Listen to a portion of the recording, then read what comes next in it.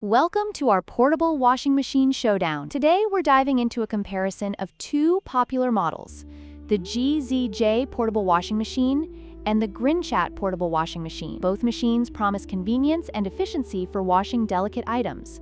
But which one truly stands out? Let's find out!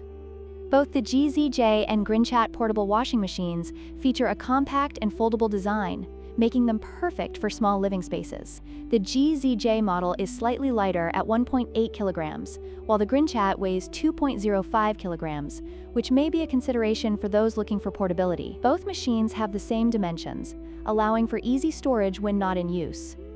When it comes to capacity, both the GZJ and Grinchat portable washing machines boast a 15L capacity, making them suitable for washing small items like baby clothes and underwear. This shared feature ensures that both machines can handle similar loads, providing convenience for users in apartments or during travel. The GZJ portable washing machine offers 3 washing modes, allowing users to choose between 3, 5, and 10-minute cycles for optimal cleaning. In contrast, the Grinchat model does not specify its washing modes, which may leave potential buyers wanting more information on its capabilities. This difference could be a deciding factor for those who prefer customizable washing options.